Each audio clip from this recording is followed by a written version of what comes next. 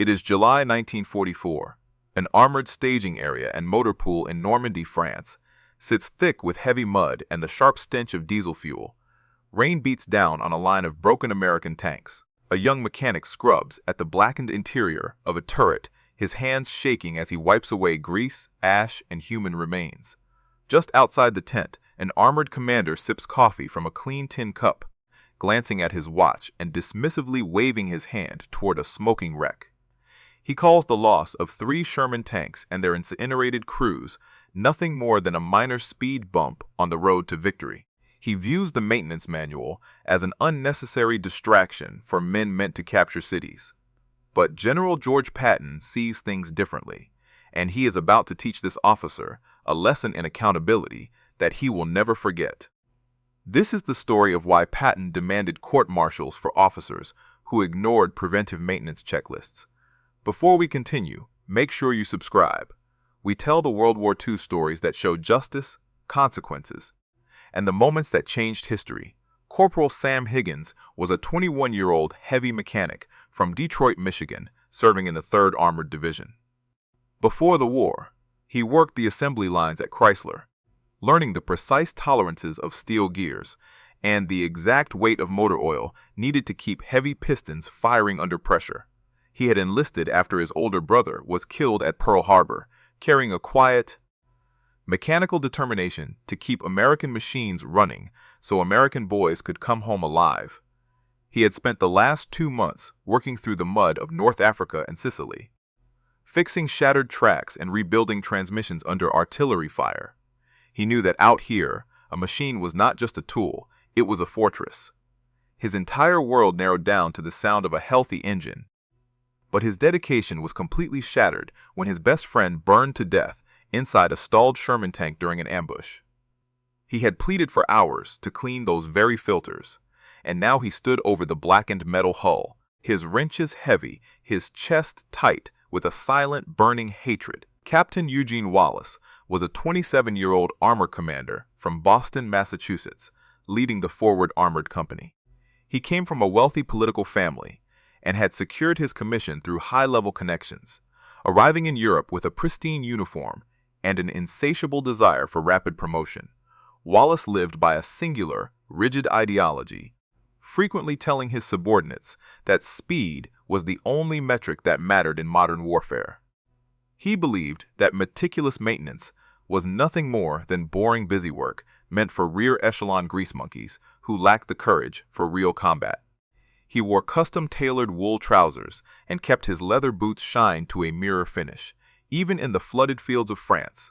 To Wallace, the sudden loss of 3 full crews was merely bad luck, an unfortunate but necessary cost of doing business in a fast-moving war zone. He believed his primary duty was to chase glory and maintain momentum, viewing the grease-stained mechanics beneath him as slow, cautious impediments to his personal advancement. By July 1944, the Allied advance through Normandy had slowed into a brutal, grinding war of attrition amid the dense hedgerows of the French countryside. The initial triumphs of the D-Day landings had faded into the harsh reality of securing small patches of territory against a deeply entrenched and highly disciplined enemy. In this environment, mechanical reliability was just as critical as raw firepower. The thick mud of the French fields put an immense strain on the heavy engines of the M4 Sherman tanks, clogging air intake valves and contaminating vital fuel lines with grit and debris. To counteract these constant mechanical hazards, the United States Army had issued strict, mandatory preventive maintenance guidelines for every single armored unit operating on the front lines. These checklists were designed to ensure that combat vehicles were fully operational before engaging the enemy, preventing sudden engine failures during crucial maneuvers. However, the rapid pace of the Allied offensive created an intense pressure to maintain forward momentum at all costs.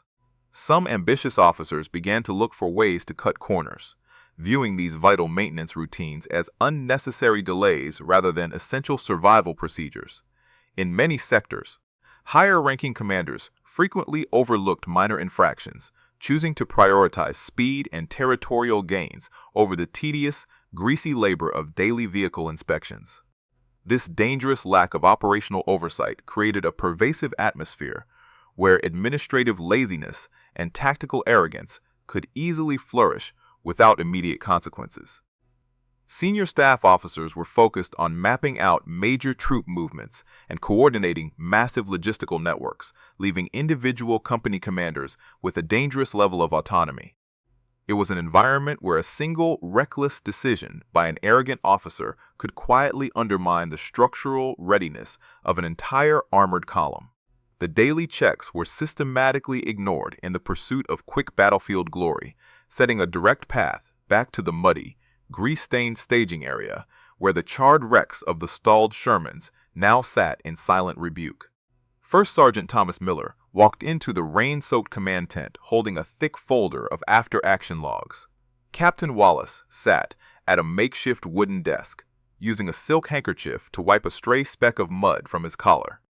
Miller cleared his throat and stood at attention, his eyes fixed forward. He reported that the 3 Sherman tanks from the morning patrol had been completely lost during the advance. He stated that the engines had stalled simultaneously in the deep mud, leaving the crews totally defenseless against the hidden German Panthers. Wallace did not look up from his desk, merely turning a page in his personal journal. He told the sergeant that combat always required sacrifices and that mechanical failures were completely unavoidable in this terrain. Miller stepped closer to the desk, his jaw tightly clenched. He noted that Corporal Higgins had explicitly requested 2 hours to clear the clogged air intake filters the night before the patrol. He added that the corporal had warned that the thick mud would suffocate the engines if the maintenance checklists were skipped. Wallace finally looked up, his expression hardening into cold amusement. He said that Higgins was a mere grease monkey who spent too much time worrying about wrenches instead of victories. He insisted that speed was the ultimate weapon and that checking oil levels was a waste of valuable offensive momentum. Miller countered by stating that the division regulations required daily engine inspections before any forward movement.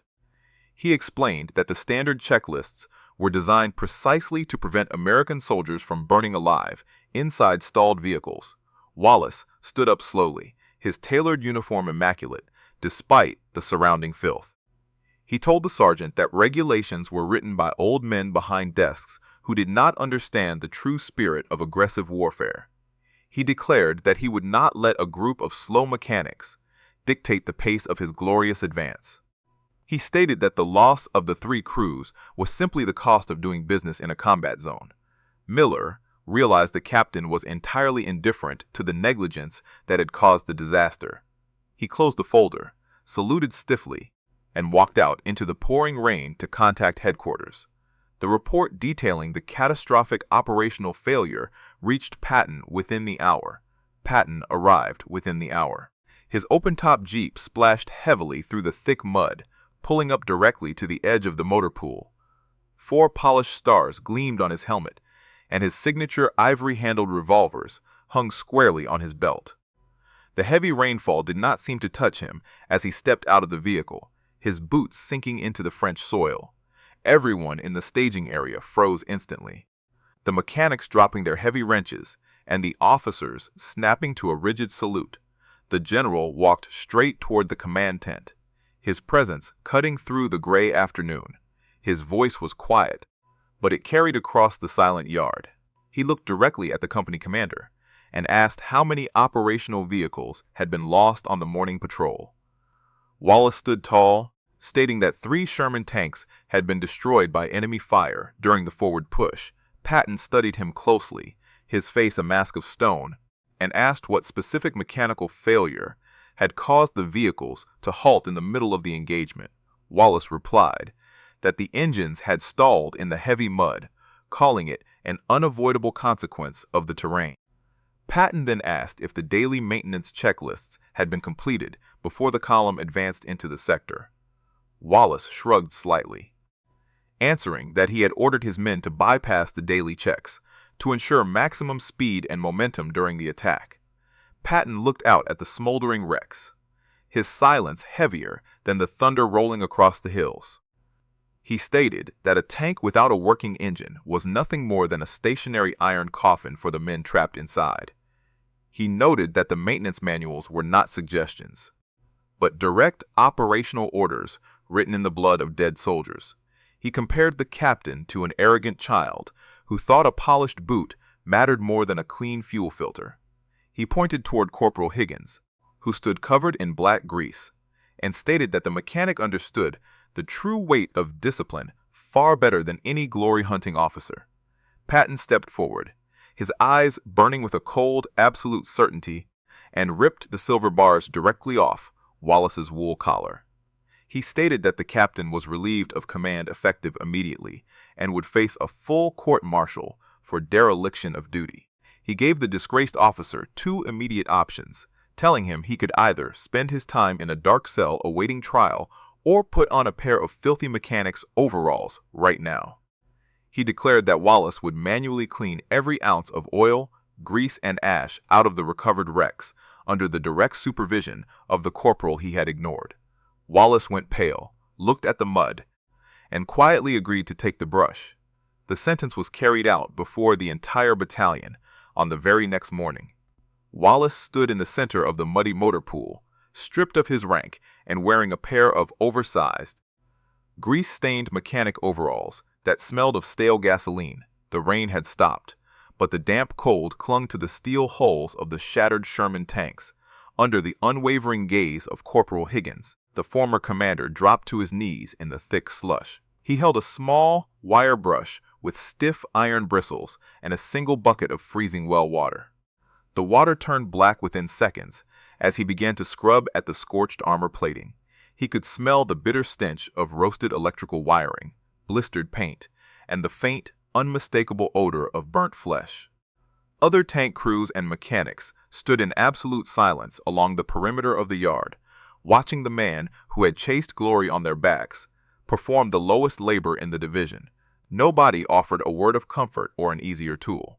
Wallace scrubbed until his hands bled, his fingers numbing against the freezing iron. Every scraping motion of the wire brush echoed through the quiet staging area, a loud, repetitive, rhythmic reminder of the price of his arrogance. Corporal Sam Higgins returned to Detroit in the summer of 1946, carrying the quiet rhythm of the assembly line back to his family home. He went back to work for Chrysler, using his heavy wrenches on civilian trucks, but his neighbors noted that he never spoke about his time in the European theater. He kept a small, worn wire brush in the top drawer of his metal toolbox for the rest of his life, a silent token of the morning in Normandy, when accountability finally caught up with unearned privilege. Higgins lived a quiet, industrious life surrounded by his children and grandchildren, dying peacefully in his sleep in October 1989. Eugene Wallace faced a full military tribunal in late 1944, where his family connections could not save him from the detailed after-action logs submitted by his unit.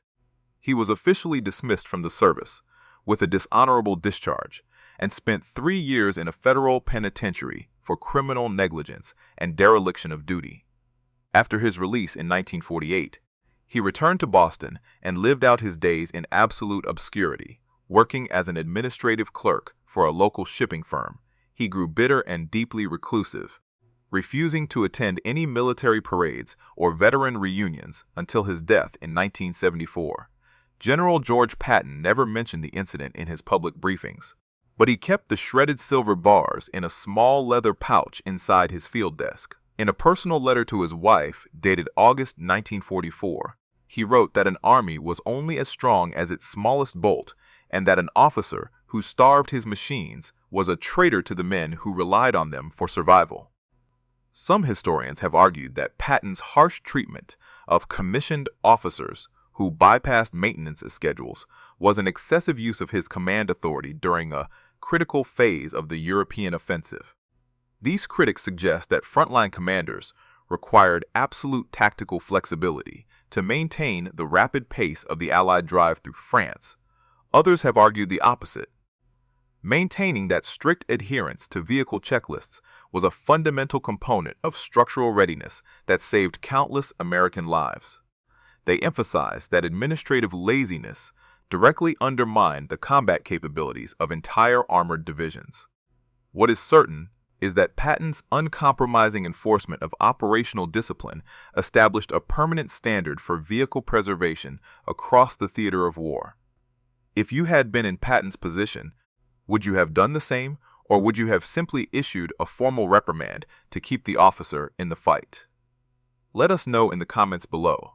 And if you want more stories about justice, consequences, and the moments that changed history, make sure to subscribe.